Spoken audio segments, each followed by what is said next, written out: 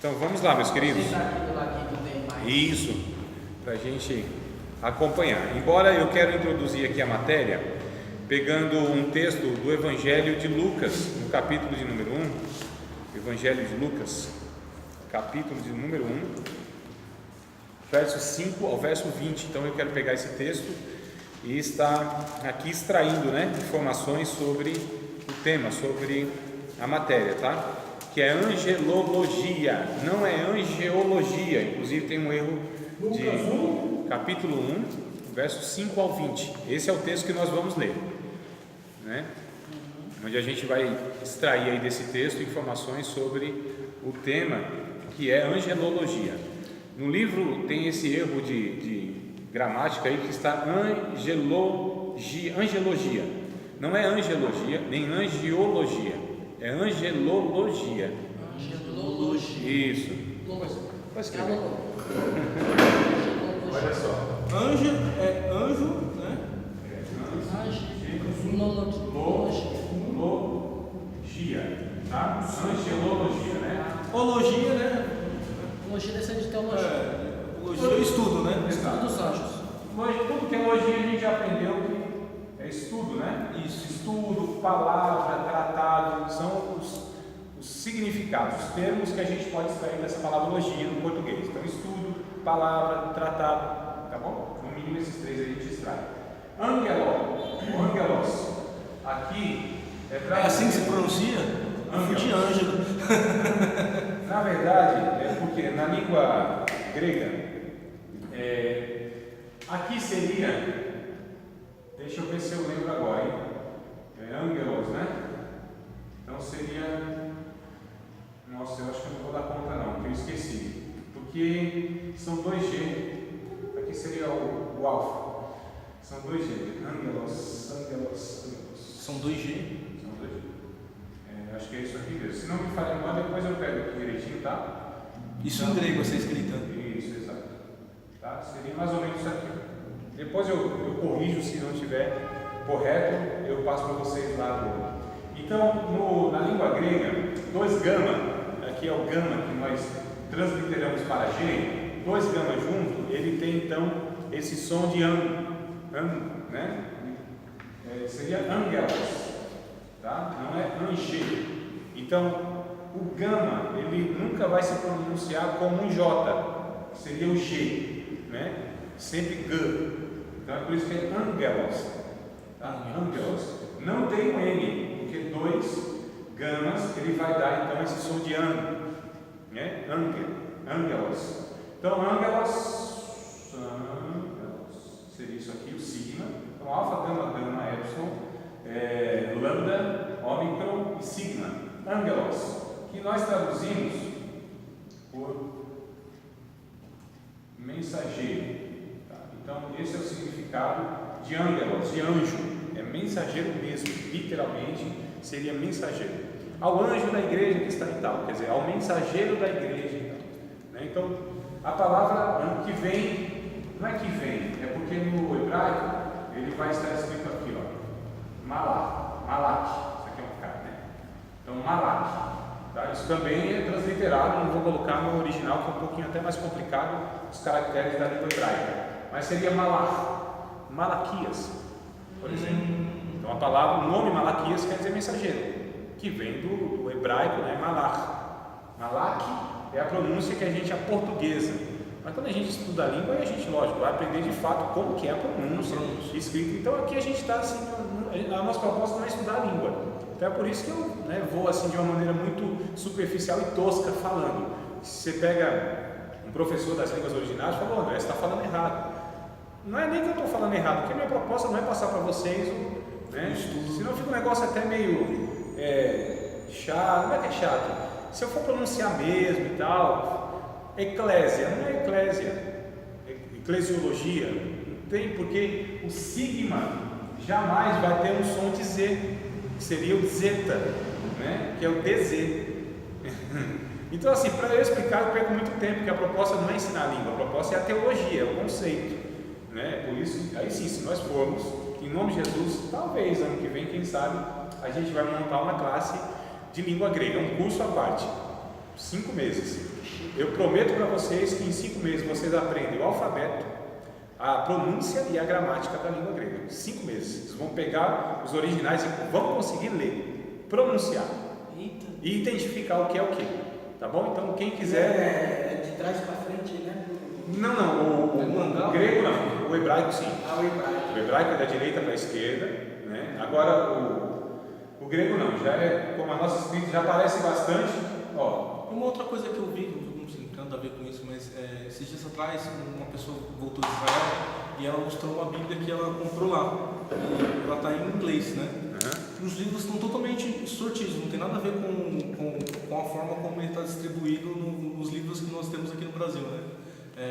Antigo Testamento misturado com Novo Testamento, sabe?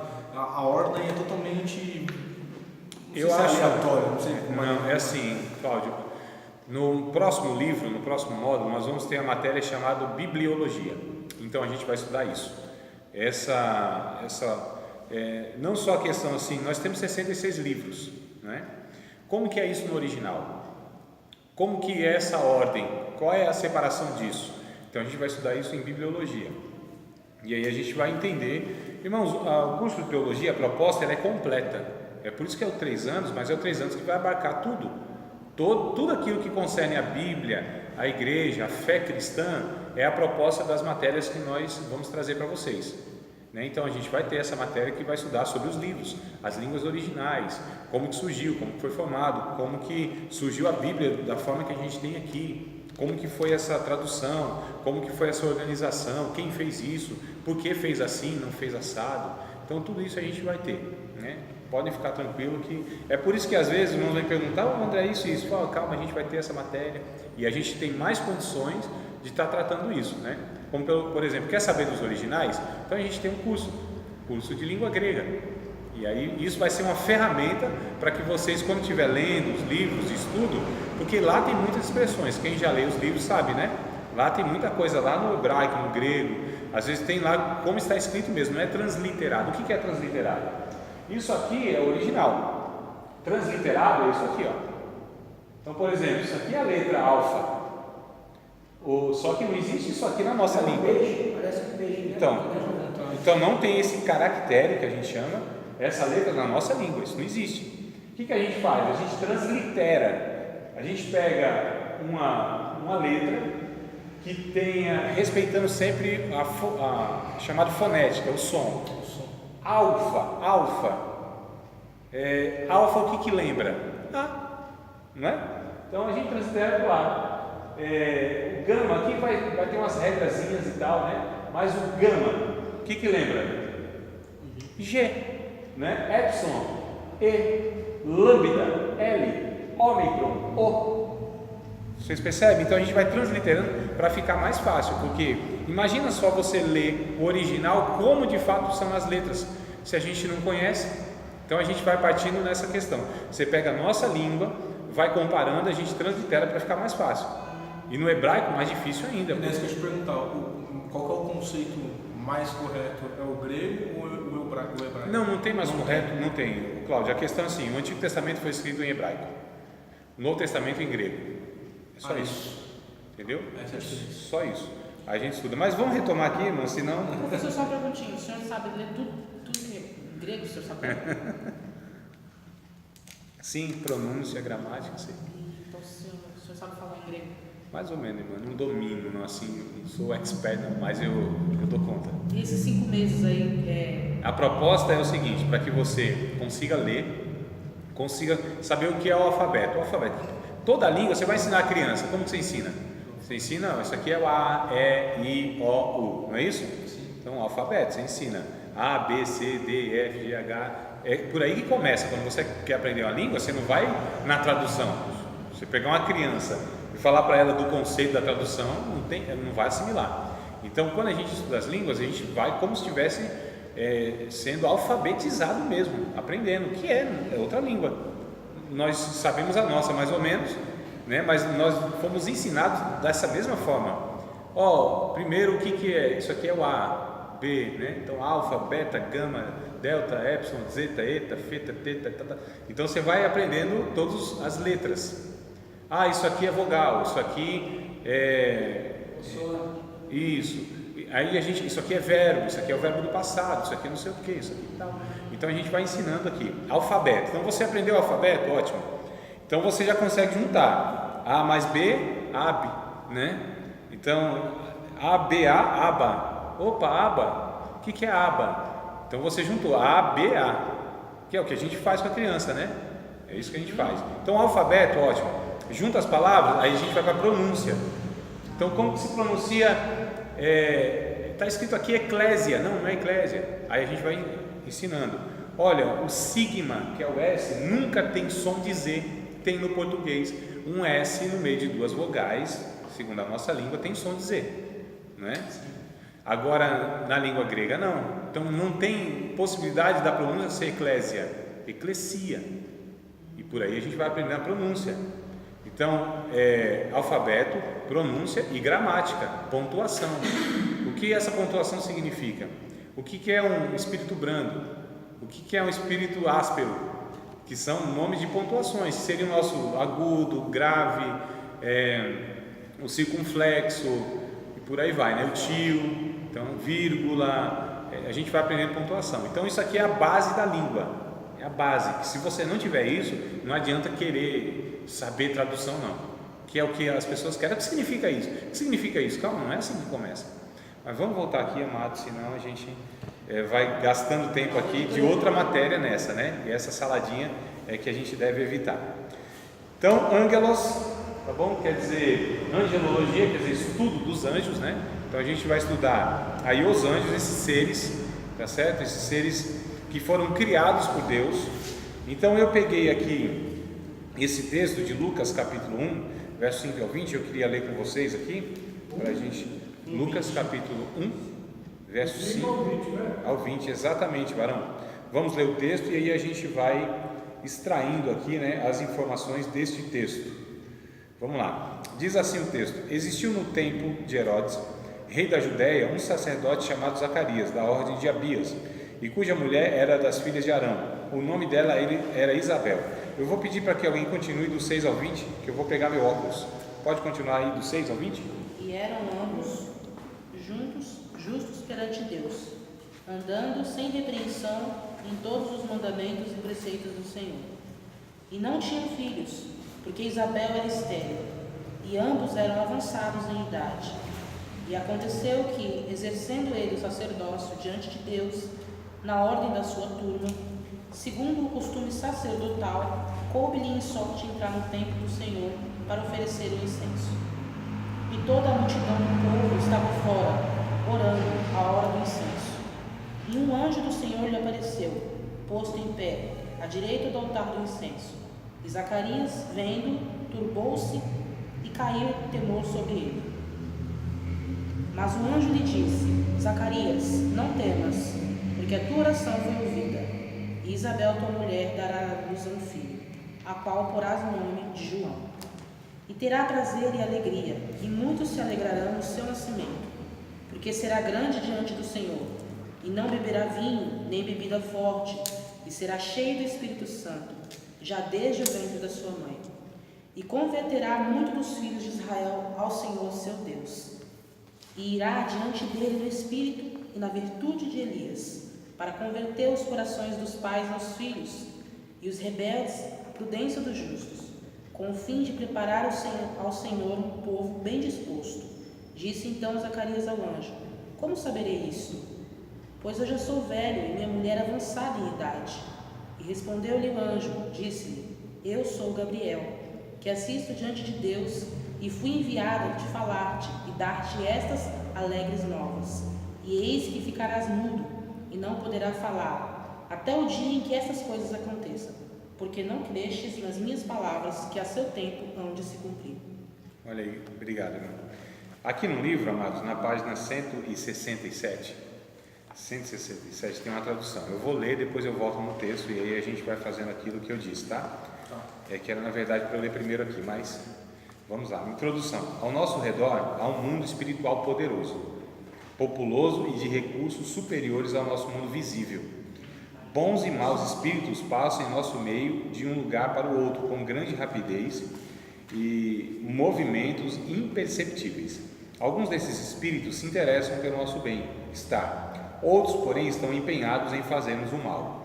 Muitas pessoas questionam se existem realmente tais espíritos ou seres, que são onde e se encontram e o que fazem.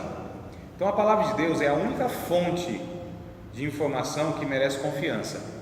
Nesse assunto, amados, nesse tema de anjos, não há nenhum livro sequer que vai ter autoridade para falar sobre isso.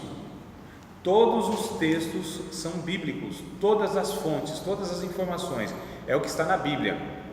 Tradição dos judeus, livro esotérico, religião tal, nenhum documento, nada escrito tem autoridade para falar sobre isso. Tudo que passar daquilo que está escrito na Bíblia, isso a gente chama de conjectura, ou seja, é uma suposição de quem fala, sem base nenhuma, porque a nossa base para esse tema aqui principal é a Bíblia Sagrada, tá certo? A gente vai conhecendo as crenças, o que pensa esse povo sobre isso, o que pensava os judeus sobre isso, o que diz aos escritos rabinos sobre isso, mas não tem peso e autoridade de revelação. Então são coisas que a gente não tem aquilo como uma afirmação. Por exemplo, o próprio judaísmo fala que tem 7 arcanjos, tá certo? Não é só o Miguel. Miguel é o único que é apresentado na Bíblia. Se tem mais, a gente não sabe. O que a gente sabe é o que a Bíblia diz, que tem um, e esse cidadão é chamado de Miguel. Mas aí a tradição judaica vai falar, tem Uriel, Miguel, Rafael. O Rafael, inclusive, diz a tradição judaica, era aquele anjo que movimentava as águas, lá no capítulo 5 de João, lembra? Que toda vez que movimentava as águas, caía um e era curado, porque o anjo vinha e movimentava. E isso é uma crença judaica. Isso é uma crença. Isso não é bíblico no sentido que é uma doutrina bíblica, nem está na Bíblia. Uma mística, né? É uma crença do judaísmo. É uma falso. Isso não está na Bíblia. Assim, pode ser que seja, não sei. Tem coisas, irmão Valdemar, irmãos, tem coisa que a gente não sabe. A Bíblia não vai trazer os pormenores, os detalhes de tudo. É muita coisa. Então tem muitas coisas no escuro. Sim, sem dúvida. Sem dúvida. Tem muitas coisas que nós nunca vamos saber exatamente como é, né? A Bíblia, na verdade, ela transmite aquilo que é necessário para nós sabermos a respeito de Deus, do caráter de Deus, da nossa condição como pecador e da vontade de Deus na nossa vida. Basicamente é isso, é o que a Bíblia se preocupa. A Bíblia, ela não tem um propósito, os escritos bíblicos, de matar toda a nossa curiosidade. Então tem gente que está procurando na Bíblia aquilo que a Bíblia não se preocupa em falar, em tratar, né? Então essa é a questão. A nossa preocupação é saber o que de fato a Bíblia quer transmitir para nós. Cada livro, cada autor, o que Deus quer transmitir para nós. Então tem muita coisa que a gente procura na Bíblia e Deus nunca intencionou falar por ela. Aí que é a questão da gente sempre se limitar. O cara vai quebrar a cabeça. Vai cair na imaginação. Eu acho que é assim. Porque os judeus dizem isso, então a gente pega aquilo e afirma. Não, a gente tem um jargão na teologia que é assim: aquilo que a Bíblia não diz com clareza, eu não afirmo com certeza. Esse é um jargão que a gente tem na teologia. Ou seja, não é claro na Bíblia, eu não afirmo. Eu posso até dizer assim, eu penso que pode ser assim, mas é afirmação minha, é pessoal. Eu não posso falar, não, a Bíblia ensina isso. Não, a palavra de Deus diz assim. Não diz. É opinião minha. Aí eu preciso ser honesto para falar, irmãos, isso aqui é uma opinião minha. Tudo bem, André, por que você tem essa opinião? Porque tem essa fonte aqui que eu consultei, seja a fonte na cultura, na história, na arqueologia, na língua original. Então eu posso ter essas fontes para de repente colocar uma opinião pessoal minha. Só como argumento. Mas eu preciso falar, é minha opinião pessoal, aí ninguém é obrigado a concordar. Agora quando a gente expõe a Bíblia, aí não tem como. Fala, não, aqui é a Bíblia que ensina. Você concordando ou não é o que a Bíblia ensina e acabou. Então, contra a verdade, diz a própria Bíblia no segunda carta aos Coríntios, capítulo 13, deve ser verso 11, alguma coisa assim, né? Vamos ver aqui, já que a gente está falando aqui, tem que falar aí, matar a cobra e mostrar a madeira. Segundo aos Coríntios, capítulo de número 13, Tem um texto muito interessante que vai dizer: nada podemos contra a verdade, a não ser pela verdade. Entendeu? Ou seja, não tem como você argumentar nada dizendo que é verdade, a não ser pela própria verdade. Deixa eu ver aqui se eu acho, é o 8. 2 aos Coríntios, capítulo 13, versículo de número 8. Porque nada podemos contra a verdade, senão pela verdade. Então é a Bíblia, amados. É a Bíblia que interpreta a Bíblia. É a Bíblia que é suficiente para trazer as doutrinas bíblicas. Agora a gente falou em hermenêutica. Nós tivemos hermenêutica? Não, né? Ainda não. Nossa, então é próximo módulo. Esse próximo módulo vai trazer muita matéria que vai contribuir demais para a compreensão de outras mais. Uma delas é a hermenêutica, que é justamente isso que a gente ensina. Você interpretar adequadamente a Bíblia e ter as ferramentas. Aí o que a gente usa para interpretar a Bíblia? A teologia, ela vai considerar que a fonte principal de revelação é a Bíblia, ponto final, acabou. Porém, existe a informação cultural que vai favorecer a gente entender o texto bíblico. Existe a informação histórica que vai ensinar a gente a entender o texto bíblico. Existe a investigação da língua original que vai nos favorecer no entendimento do texto bíblico. Existe a própria arqueologia com as suas descobertas que vão nos ajudar a entender também alguns textos bíblicos, né? Então existem algumas fontes que são documentais, que não é assim imaginação de ninguém, não está lá, a história confirma, a arqueologia confirma, a cultura confirma essa opinião. Então a gente pega essas fontes para entender melhor o texto bíblico, entende? Então o que acontece? A gente falando de anjos, por exemplo, é só a Bíblia que vai falar, tem autoridade para falar sobre isso, e nenhum outro escrito tem, nenhum outro. Na hermenêutica eu vou pegar esse texto então do capítulo 5, que eu já que eu falei aqui não vou explicar, mas na hermenêutica eu explico, esse e outros mais, que não são tão claros. Será que de fato era um anjo mesmo? Será que o texto bíblico ele fala que é um anjo? Ah, André, mas está escrito lá, tá, mas e no original? Será que está? Opa, André, então você está falando que na Bíblia contém erros ou que acrescentaram alguma coisa? Não estou falando nada. Quando chegar lá eu falo. Eu só estou provocando e dizendo para vocês que nós precisamos, amados, estudar um pouquinho mais, porque tem muita coisa a ser estudada, né? Então assim, quem não estuda, ele acha que está tudo resolvido, tudo simples. Quando começa a estudar, você fala: nossa, quanta coisa se tem para estudar. Não é a impressão que vocês estão tendo desde que começaram o curso? Porque antes do curso fala: não, está tudo certo, vai estudar para quê? A gente já entende a Bíblia, a gente ouve a Bíblia, prega a Bíblia e tal. Aí a partir do momento que você vai começando a estudar, você fala: nossa, olha, quanta coisa que se tem aqui. Estava aqui, eu não percebi, achava que era assim, mas é assado, né? Então o estudo vai beneficiar isso. Mas voltando aqui, para não dispersar muito, então a gente vai estudar sobre esses seres angelicais, a sua natureza, a sua origem e o seu ofício, né? Então essa é a proposta, os 3 pontos principais: a origem dos anjos, a natureza desses anjos e o ofício desses anjos, ou seja, quais são as tarefas desses anjos, o que esses seres fazem, o que eles são designados a fazer, qual é o papel deles na criação de Deus, qual é o papel desses seres no próprio processo do resgate do homem, na redenção do homem, qual é o papel deles na eternidade, quem são esses seres de fato, né?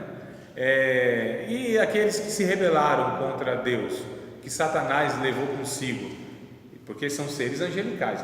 Nós vamos falar aqui dos seres angelicais que incluem os demônios, porque os demônios a princípio eram anjos de Deus. Após a rebelião, então eles não deixaram de ser anjos, só que foram corrompidos, né? São anjos que não têm mais a santidade na sua vida, são anjos que não adoram mais a Deus, são anjos que caíram da graça. Na verdade, se a gente pode usar esse termo, mas são anjos. Então Satanás, por exemplo, ele é um anjo. De que categoria é esse anjo? Então a gente vai tratar aqui nos anjos como seres angelicais, não distinguindo nem anjos de Deus e nem demônios, tá? Depois a gente vai dividir. Falou, Paulo, vamos falar aqui dos anjos de Deus, vamos falar aqui dos demônios. Como tem aqui algumas diferenças entre anjos e anjos de Deus, também há algumas diferenças entre demônios e demônios, mas a princípio eles são seres angélicos, eles têm a mesma origem, são os mesmos seres. Tem 2 categorias de seres que Deus criou: os anjos e os homens, e eles são diferentes. E a gente vai ver inclusive essas diferenças. A gente vai ver ainda também, estou dando uma introdução geral aqui, depois a gente nas outras aulas vai, né, detalhando, especificando e trabalhando um pouquinho melhor aí, com o texto bíblico inclusive. Por que esses seres, os anjos que pecaram, por que eles não têm salvação? Por que os homens têm? Que diferença é essa? Será que nenhum desses anjos são imagem e semelhança de Deus? Como são os homens, por exemplo? Então a gente vai estudar todas essas questões e outras mais, tá? Então vamos desde o início, né? Que é no início mesmo. Em Jó capítulo 38, Jó, livro do Jó, capítulo número 38, eu vou falar da origem então, tá? A origem desses seres. Então, Jó capítulo 38, a gente vai pegar aqui, por esse texto, nós descobrimos... Seres angelicais, né? Isso. Nós descobrimos aqui uma informação muito interessante. Jó capítulo de número 38, versículos de número 7, só o 7, né? Só o 7 já basta. Então, 38 e 7 do livro de Jó. Lembrando que o livro de Jó é um dos livros mais antigos que tem na Bíblia, tá, irmãos? Você falou numa outra aula que ele deveria estar ali entre o capítulo de número 6 de 11, Gênesis, né?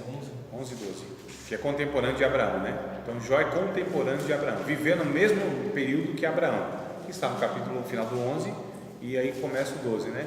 Então Jó é, na verdade, um dos primeiros livros da Bíblia. Ele está lá no meio da Bíblia. Está vendo como não tem uma sequência cronológica, né? Oi?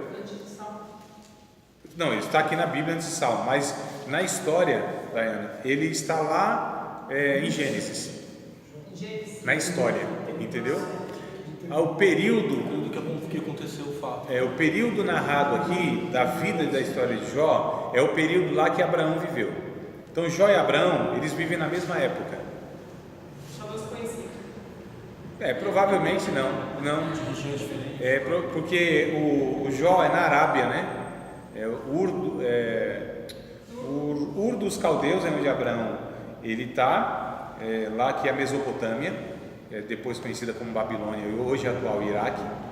E Jó está em Uz, é diferente, Ur de Uz. Uz é uma cidade de Edom, que é na Arábia, que é a mesma cidade de Paulo, de Tarso da Cilícia. Então Paulo era árabe, o Jó era árabe, o Abraão era judeu. Então a gente vai vendo que as localizações era árabe, como o Paulo. Por isso que acontece, né? Tarso da Cilícia fica na Arábia, né? Então olha só, a gente vai estudando como, olha só, a geografia nos ajudando a compreender. Aí a gente vai percebendo que essas fontes aí elas vão, irmãos, tem texto que só a geografia, quando a gente entende a geografia, o texto é interpretado. Só a geografia, quando a gente entende. E é melhor que eu vou dar esse exemplo para vocês. Mas vamos lá, Jó capítulo 38, verso 7, diz assim: a gente tem que entender que Deus chama Jó para um diálogo, para questionar ele, né? E aí vem perguntando para ele: onde tu estavas aí quando eu fundei a terra, estendi os céus aí como uma cortina? Tu estava onde, Jó? Quando eu estendi tudo, que eu pus as medidas e tal, tu sabes como isso aconteceu, né? Sobre os fundamentos da terra, tu sabes as bases desses fundamentos e tal e tudo mais. Aí o verso 7 ele diz: quando as estrelas da alva juntamente se alegravam e cantavam, todos os filhos de Deus se jubilavam. O que ele está dizendo é: quando eu estava criando todas as coisas, as estrelas da alva é uma expressão para anjos, tá? Estrela da alva são anjos. é uma expressão, uma das expressões usada para anjos, estrela da alva. Pode. Aqui já está falando o meu bem. Tá. Então, a sua versão como que está, Cláudio? Enquanto as estrelas matutinas da manhã, né? Então juntas cantavam todos os anjos. Isso. Todos os anjos. Tem alguma diferente disso aqui? Tem, canta assim, ó. Na manhã da criação, as estrelas cantavam em coro, e os servidores celestiais soltavam gritos de alegria. Então, olha só. O meu tá filhos. Como? O meu tá filhos. Filhos? Os filhos de Deus. Não, aqui também está. Então, quando as estrelas da alva juntamente, o livro de Jó, ele tem uma linguagem poética. Isso a gente também estuda, a linguagem de cada livro, aqui é poético, tá? Então, estrelas da alva, uma forma poética de falar dos anjos. Estrelas da alva, né, alegremente cantavam e todos os filhos de Deus rejubilavam. Então, outra expressão para falar dos anjos, filhos de Deus. Deus tem 4 tipos de filhos, 4 categorias de filhos, vamos colocar assim. Os anjos são filhos de Deus por criação. Israel são os filhos de Deus por eleição. Nós, eleição, eles foram eleitos. Filhos de Deus, eleitos filhos de Deus. A igreja é filho de Deus por adoção. E Jesus é filho de Deus por geração. Então são 4 categorias de filhos que Deus tem. Então é por isso que os anjos são chamados de filhos de Deus. Daí a dificuldade do capítulo 6 de não saber se esses filhos de Deus são os anjos, né, seres angelicais, ou se são da linhagem piedosa lá de Sete. Então a expressão filho de Deus nem sempre é falar o filho de Deus como sendo um ser humano. Aqui no caso, filho de Deus são os próprios anjos, tá? Porque são criação de Deus, então também são chamados de filhos de Deus. Mas o que eu quero destacar nesse texto é que os anjos, eles são anteriores à criação. Porque a Bíblia vai dizer aqui nesse texto que quando Deus estava criando todas as coisas, os anjos de Deus já existiam e estavam contemplando essa ação de Deus. Imagina só, irmãos, Deus criando e os anjos olhando tudo isso. Imagina. Não, até para os anjos isso era um fenômeno. Até para os anjos isso era maravilhoso. O poder de Deus, a palavra de Deus dizendo: haja luz, houve luz. Haja seres viventes e houve seres viventes. Haja isso. Então, e os anjos vendo tudo isso de camarote, já pensou? Então os anjos de Deus se alegravam, rejubilavam, cantavam, louvavam a Deus por ver Deus realizando esse ato extraordinário que é toda essa imensidão da criação do cosmos. Então a gente aprende que os anjos de Deus já existiam, então eles são anteriores à origem, né? Eles são anteriores à própria criação da terra. Então a gente já tem uma informação aqui, tá certo? Eles são seres criados. Então Deus criou esses seres. Eles não são como Deus, de eternidade a eternidade. Então só Deus tem em si a eternidade. Só Deus, Ele é o único ser em todo o universo que sempre existiu e que é autossuficiente e que antes dele não havia nada e que ninguém foi quem disse para Deus fazer alguma coisa. Não, Ele é o originador de todas as coisas. É isso que ele diz para Jó aqui: quem foi o meu conselheiro? A quem eu pedi conselho para fazer alguma coisa? Não, não, porque não existiam. Ele fez uma pergunta já dando um tom. É uma pergunta, já mostrando para Jó, eu sou soberano, eu sou Deus. Tu sabes como eu faço para sustentar a terra na sua gravidade? Tu sabes onde tu estava quando eu estendi os céus, assim como alguém estende uma cortina? Onde tu estava, Jó? E quando eu fiz tudo isso, e os anjos se alegravam, e os anjos me glorificavam na minha ação criadora. Então ele está mostrando para Jó que Jó é um insignificante serzinho, que não entende os mistérios de Deus, que não tem como questionar Deus, né? Então essa ideia que as pessoas hoje acham que pode pôr Deus na parede e vai questionar Deus, meu Pai amado, não tem noção de quem está falando, acho que está falando como um pária, um igual, né? Como diz minha sogra, um pareceiro, um ídolozinho. Não, a gente está falando de um ser que origina todas as coisas, que é infinitamente superior a todos que ele cria, que por sua vez é infinitamente inferior a ele.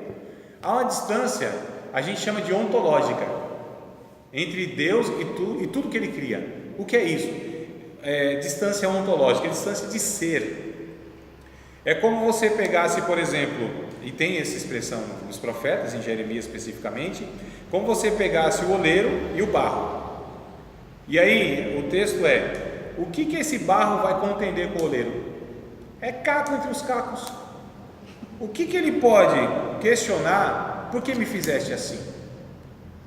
Tem comparação entre o barro e o oleiro? Entre o ser humano e uma argila? Da mesma forma, não tem como comparar Deus e nada do que é criado por Deus, e tudo é criado por Deus. Então não tem comparação.